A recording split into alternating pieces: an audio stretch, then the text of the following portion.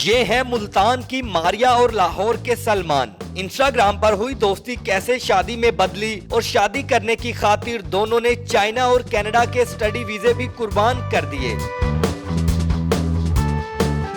मुझे बताएं कि इंस्टाग्राम पे बात कैसे हुई, अकाउंट किस तरह का बनाया हुआ था और आपस में क्या बातें हुई?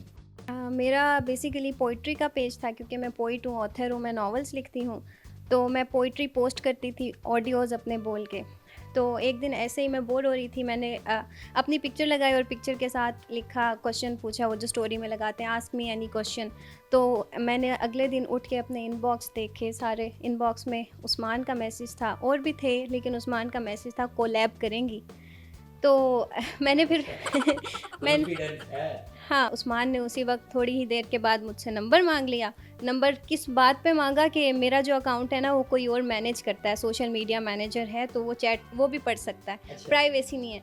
मैनेजर था आपका? हाँ, मैनेजर उस टाइम पे मेरा था। ये तो मतलब हकीकत बात है, इसके तो मैं स्क्रीनशॉट भी शेयर करता हूँ। मैनेजर था मेरा, ये तो मैनेजर ये था। अच्छा, फिर क्या हुआ? लेकिन मुझे लगा कि मैंने कहा nice way to flirt with someone, लेकिन खैर फिर मैंने नंबर दे दिया और फिर हमारी इस तरह से बात होना शुरू हुई। शादी की ऑफर कैसे हुई, जो दोस्ती रिश्तेदारी में कैसे बदली, किस तरह कहा कि कहीं वो स्टिकर वगैरह कोई भेजा था जिसमें कि विल यू मैरी मी? मैंने स्टिकर नहीं भेजा था, बेसिकली मैंने इसको डायरेक्टली ना प्रपोज कर दिया था। मैंने कहा था कि आई लाइक यू और मुझे तुम पसंद हो और मैंने तुमसे शादी करनी है। जब घर वालों को बताया या शादी से पहले घर वालों की बात होने से पहले आपस में कोई मुलाकात वगैरह हुई थी इधर लाहौर में या कहीं पे?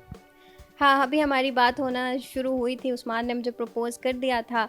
तो हमने सोचा था हम प्रॉपर मिलेंगे, लेकिन उससे पहले मैं ना चाइना जाने का प्रोसेस कर रही थी। मेरा स्कॉलरशिप ऑलमोस्ट तकरीबन हो चुका था, तो वो पहले आईबीसीसी का करते हैं ना, वीज़ा से पहले वीज़ा के लिए अप्लाई किया हुआ था। तो उस्मान ने कुछ टाइम पहले ही आईबीसीसी से अपने डॉक्यूमेंट्स करवाए थे, तो उस्मान ने कहा मैं ले जाता हूँ आपको। तो फिर मैं पहली बार देखा, तो उस वक्त भी मुझे इंस्टाग्राम पे हर वीडियो में उस्मान का कोई और अपीयरेंस थी, रूप था, और रियल में देखा तो और तरह से मुझे लगा। तो थोड़ा सा और मेरे लिए हुई शुरू में, लेकिन फिर ये तो नहीं आया धोखा ऐसा कुछ? ना तो एटीएम में फ़ीस सबमिट हो रही थी, ना तो जैज़ कैसे सबमिट हो रही थी, किसी तरह से हो ही नहीं रही थी। तब उस्मान को मेरे फ़ोन में घुसना ही पड़ा। और उस्मान, जब आप लोग एटीएम में अकेले थे तो क्या ख्याल आ रहा था तब? मुझे थोड़ा सा ऑकवर्ड लग रहा था, लेकिन फिर मैं यही सोच रही थी कि क्योंकि मैं ब्रेव हूँ, मैं डरती नहीं हूँ ज़्यादा। लेकिन किडनैप भी तो कर सकते। हाँ, मैं सोच रही थी अगर किडनैप कर लिया तो, लेकिन मैंने सोचा अगर ये एटीएम में मुझे कैसे किडनैप करेगा, बाहर तो वैसे ही इतने लोग कर सकते हैं यार, एटीएम मतलब कैमरे लगे होते हैं, सब कुछ तो वायरल हो जाऊंगा मैं इसलिए किडनैप करता हूँ। होता है ना किस्मत में कि हमें ये इंसान मिलना है जो आपको क्लिक कर जाए, आप खुद ब खुद उसके साथ सेफ फील करते हो। तो मुझे पहली बार में ना सेफ फील हुआ उस्मान के साथ, जो पहले मुझे कभी फील नहीं हुआ था। अच्छा, मुझे बताइएगा कि घर वाले आपस में कैसे मिले, किसने बात की, पहले इन्होंने की या आपने की? मैंने अपने घर वालों को जैसे ही बताया तो मेरी फैमिली बहुत अंडरस्टैंड करती है, सपोर्ट करती है। तो मेरे सबसे बड़े भाई ऑस्ट्रेलिया से आए हुए थे उस टाइम, तो वो गए, मेरी मदर गई, मेरे भाई गए, उस्मान को देखने गए, और उस्मान ट्रे उठा के वहाँ पे आए। जिस उस्मान क्या कहानी थी तब? यार आप तो लड़की बन गए। नहीं मतलब लड़की तो बना, और मैं तो लड़की की तरह शर्मा भी रहा था। बेसिकली जब ये लोग आए ना, तो इसके बड़े भाई बिल्कुल मेरे सामने आके बैठ गए। अब वो मतलब मुझसे क्वेश्चन कर रहे थे और मुझे ऐसे मतलब एब्जॉर्ब कर रहे थे ना, जो सवाल का जवाब लेके। यार मैं किसी से भी बात करता था तो उनकी नज़रें सिर्फ मेरे ऊपर ही थी, बिल्कुल डरे। और उस चीज़ का मुझे बड़ा हुआ, मैंने कहा यार बेचारी लड़कियों को कितना बुरा फील होता होगा कि सब उनको देख रहे, इवन ये भी कहते हैं कि तुम चल के दिखाओ, मतलब इस तरह की जीवन। आपको भी कहा गया था चल के दिखाओ, ट्रे उठा के लेके जाओ? नहीं, मुझे उन्होंने कहा था हंस के दिखाओ, फिर रो के दिखाओ। हाँ ठीक है, हंसना हंसता अच्छा, ये रिश्ता पक्का हो गया। अच्छा, मुझे बताएं कि घर वालों की तरफ से कोई प्रॉब्लम भी क्रिएट की गई कि भाई नहीं, लड़का हमें नहीं पसंद आया? सबसे ज़्यादा इशू कंसर्न सबको ये हो रहा था, क्योंकि मेरे फादर अभी नहीं है, तो अम्मी को सब कुछ करना था ना। तो यही कि आप इतनी जल्दी कैसे अचानक इतना रिश्ता नहीं कर सकते, आपको पहले अच्छे से देखभाल करनी चाहिए। वहाँ पे कम से कम 6 महीने या साल तो आपको रिश्ता अगर कर भी लें तो उनको देखें, उसके बाद करें। तो ये इशू था कि इतनी जल्दी तो बिल्कुल करना ही नहीं है। अच्छा, मुझे बताएं आप लोगों की वो कहानी क्या है जो आप लोग बाहर जाना चाह रहे थे और फिर प्लान कैंसिल किया दोनों ने, वो क्या बात थी? वो यही थी कि मेरा गोल सिर्फ यही था कि पाकिस्तान से बाहर जाना है मास्टर्स करने के लिए, क्योंकि मैं लिटरेचर में मास्टर्स करना चाहती। मैं चाइना, उस टाइम मेरा चाइना का ऑलमोस्ट कंप्लीट प्रोसेस हो रहा आपने किस कंट्री में जाना था? मैंने पहले ऑस्ट्रेलिया के लिए किया था और मेरे 2 साल उसमें वेस्ट हुए थे स्टडी के लिए। तो अब मैं बिजनेस वीज़ा पे कनाडा जाता हूँ, मेरा 70% प्रोसेस हो चुका हुआ था, तो मैंने वो भी छोड़ दिया, मैंने अपना चाइना वाला प्रोसेस छोड़ा। लाइक एक ये मैसेज दिया हुआ हमको कि ज़रूरी नहीं है कि आपने पहले सेटल्ड होना फिर आपने शादी करनी है, आप मिल के भी अपने गोल्स को अचीव कर सकते हैं और आप अपनी वाइफ को सपोर्ट करें, आपकी वाइफ आपको सपोर्ट करे। घर वालों में या आपके दिमाग में कभी ख्याल आया कि शायद हमारे साथ कोई धोखा ना हो जाए या इस तरह का, या कोई आपके साथ जुड़े लोगों के साथ इस तरह का कोई धोखा हुआ हो जिससे आपके माइंड में आया हो कि शायद मेरे साथ भी इस तरह का कुछ होगा? हाँ, मेरी एक फ्रेंड थी, उसने मुझे स्टोरी सुनाई थी, उसकी अपनी कज़न के साथ हुआ था ये। वो कज़न इवन उसकी डॉक्टर थी और उसकी इतने अच्छे वेल सेटल्ड फैमिली में शादी हुई और वो सारे सुबह को सब ना बहुत सूट बूट पहन के चले जाते थे। किधर जाते थे? जॉब पे जाते थे, वो यही कहते थे हमारा बिजनेस है, जॉब है। और वापस जब आते थे ना तो वो सब एक कमरे में बंद होके उसको कहते थे कि तुमने नहीं आना, ठीक है, तुमने नहीं आना, ये हमारी फैमिली मीटिंग है। अच्छा। कि अब हमें थोड़ी सी प्राइवेसी चाहिए।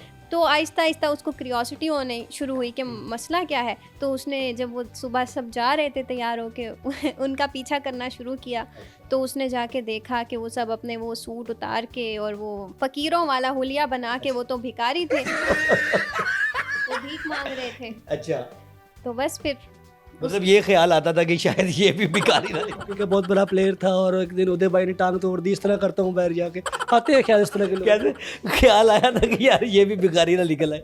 हाँ, ये ख्याल नहीं आया भिखारी निकला है, क्योंकि मैं अच्छी तरह से स्टॉक कर लिया था मैंने हर जगह पे। कपल आपस में जब प्यार की फीलिंग्स होती हैं तो मोहब्बत बढ़ जाती है, तो एक दूसरे को बड़ी शेरो शायरी गाने वगैरह सुनाए जाते हैं। तो क्या एक दूसरे को साथ ऐसा कोई मोमेंट होता था?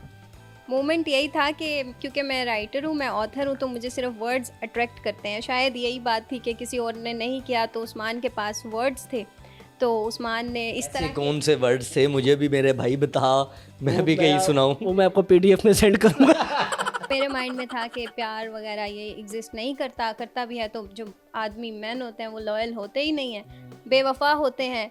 तो मेरी बंदों से बिल्कुल यही एक्सपेक्टेशंस थी कि वो होते ही बेवफा हैं। एट द एंड क्या कहेंगे कि लड़के बेवफा होते हैं?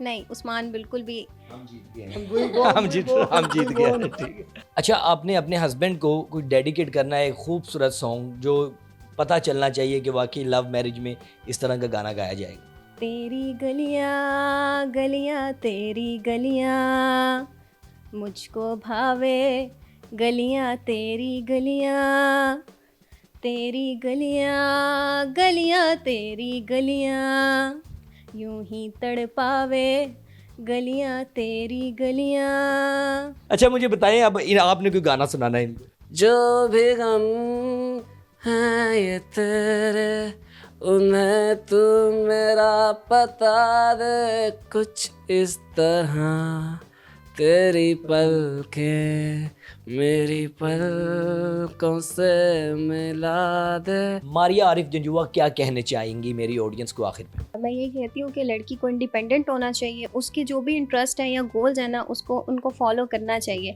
लेकिन साथ में ना इस चीज़ को भी उसने अपने माइंड में रखना है कि अगर उसको एक पार्टनर मिल रहा है, लाइफ पार्टनर, तो वो ऑप्शंस, बेटर ऑप्शन की तलाश में ना बैठी रहे। अगर एक बार कोई क्लिक कर जाए आपको तो आपको उसे चूज़ कर लेना चाहिए। और दूसरा, मैं नॉवेल्स भी लिखती हूँ। ये मेरा नॉवल है जो रिसेंट ही पब्लिश हुआ है, इसका टाइटल है यस आई एम मैड। ये उन लोगों के बारे में जो ज़्यादा फैंटेसी में रहते हैं और इमेजिनेशन में रहते हैं। तो वो दूसरा मैसेज मेरा ये भी है कि हर इंसान यहाँ पे सेम नहीं होता, अगर कोई डिफरेंट है ना तो उसके डिफरेंस को हमें एक्सेप्ट करना चाहिए और उसको उसी तरह से लेके चलना चाहिए।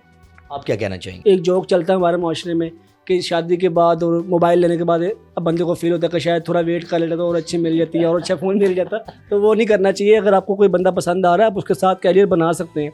ये जी खूबसूरत जोड़ा हमारे साथ मौजूद था जिनकी ज़िंदगी बड़ी खूबसूरत गुजर रही है और एक दूसरे के साथ बहुत ज़्यादा खुश हैं और एक दूसरे को बड़ा सपोर्ट करते हैं। मुझे दें इजाज़त, अपना रखें ख्याल, अल्लाह निगहबान।